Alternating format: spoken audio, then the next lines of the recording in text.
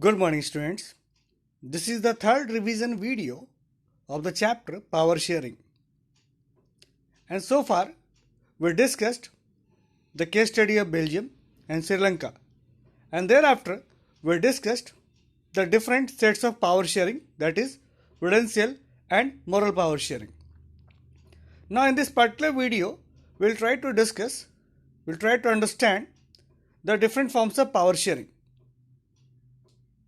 We'll try to analyze how the power sharing has been done under different forms or under different types. So let us discuss this topic in detail.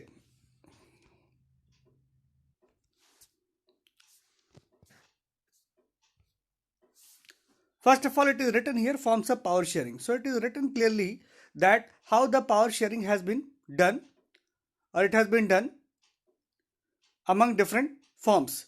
Now, first of all, it is written among different levels. So the power sharing can be done among different levels of government, that is central government, state government and local government.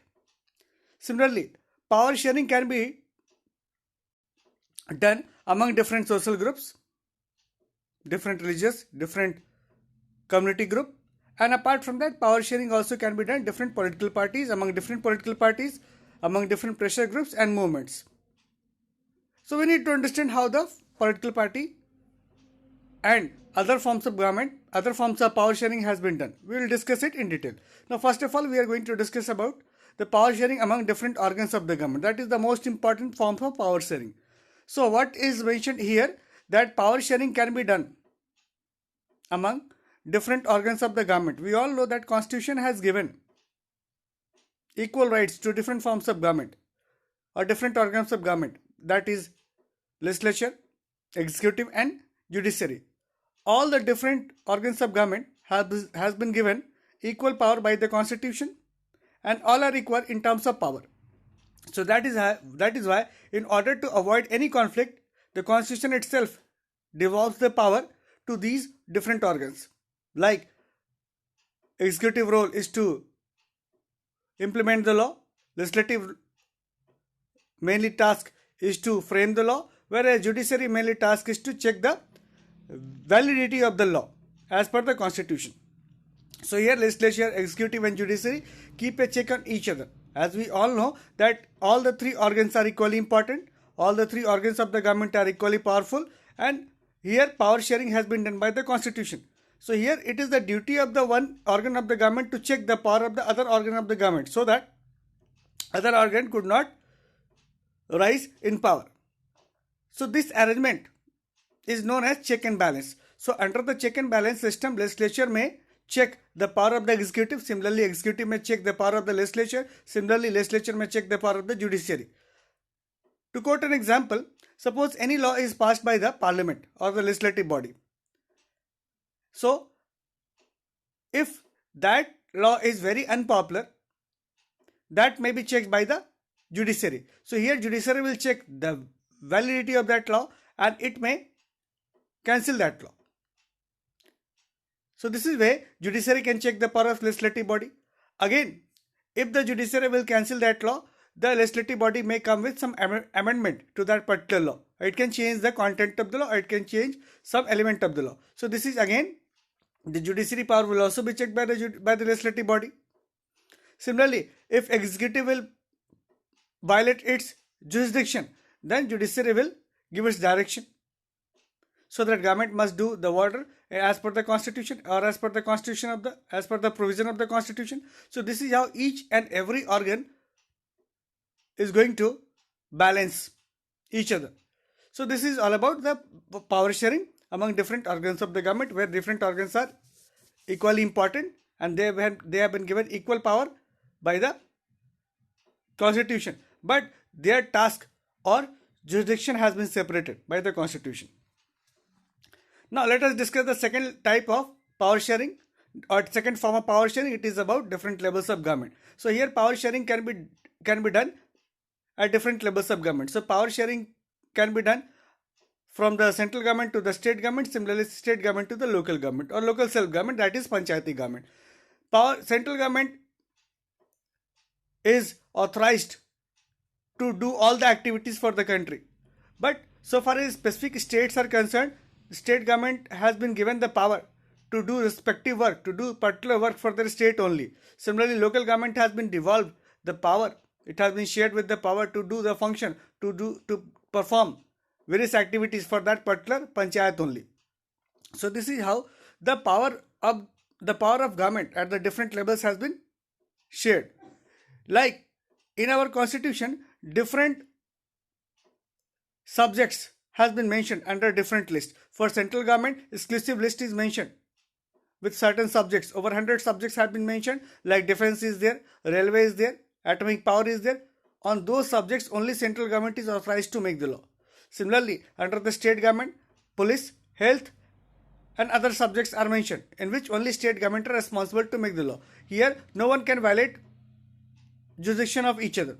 Similarly, local self-government has also been given special subjects for making the laws. So this is how the government power can be shared among different levels also, and each level will function in an independent manner. Here central government will not interfere in the work of state government. Similarly, state government will not interfere in the work of local self-government. Why? Because the power has been shared among different levels of government. So this is how the power has been shared among different levels of government, and it is the second form of power sharing. Now let us discuss the third one. The power sharing among different social groups. Under this arrangement, government and administration gives space to the diverse social groups. So here different social groups has been given some power to raise their issues, to raise their voice. Suppose minority community like Sikh is there, Muslims are there, or Jain community is there. So they must have the power to raise their voice, to raise their concern, so that government must rectify their problems. So this has been done by giving them power. So power has been shared by the government to those bodies also, so that they can raise their voice against any atrocities or against any problem.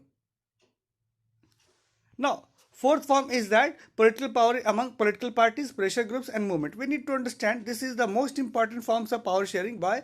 Because in that particular power sharing, we need to understand that if power sharing will not be done among the political parties, then ruling party as well as opposition party will not be formed. So ruling party and opposition party is possible because of the power sharing among the political parties. Similarly, pressure group in the form of various industrialists, in the form of various environmentalist group, in the form of various students groups, are getting the power to pressurize the government to act or not to act in a particular manner.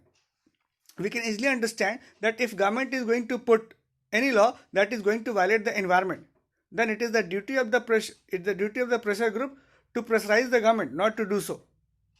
We already have seen that how Narmada Bachao Andolan started, and it was started by various pressure groups, the environmentalists, and how the reaction came from the government side. So we need to understand here that in democracy, different political parties compete to come power, and in case no one is going to get power, then coalition government is going to form. So coalition government is going to be formed with the help of only political parties. So if political parties will not get the power, they cannot come together to share the governance. As well as the political party which is not going to win the election, it is going to act as an opposition party, and its work is equally important because it is going to check the misuse of power of the government. So here all the ruling parties as well as opposition party, because basically these are the political parties, as very important, and power must be shared among these various social groups, these various political parties, apart from that pressure groups. So we need to understand here that all the four important forms of power sharing are very, very important, particularly in a democratic country like India. Now, whatever we discussed in the previous one, that was the power sharing among organs of the government. Here, this arrangement is also known as horizontal division of power. So we need to understand that power sharing among organ of the government is known as horizontal division of power. No, so far as power sharing among the different levels of government is known as vertical sharing of power. So first one is horizontal sharing of power, second one is horizontal sharing of power, third is power sharing among different social groups like religious group, linguistic group, minority group, and after that the power sharing can be done among different political parties as well as pressure groups and movements. So we need to understand that all these are very, very important. All these forms are very, very important, and power sharing revolves around all these arrangements. So this is all about in this video. Thank you so much.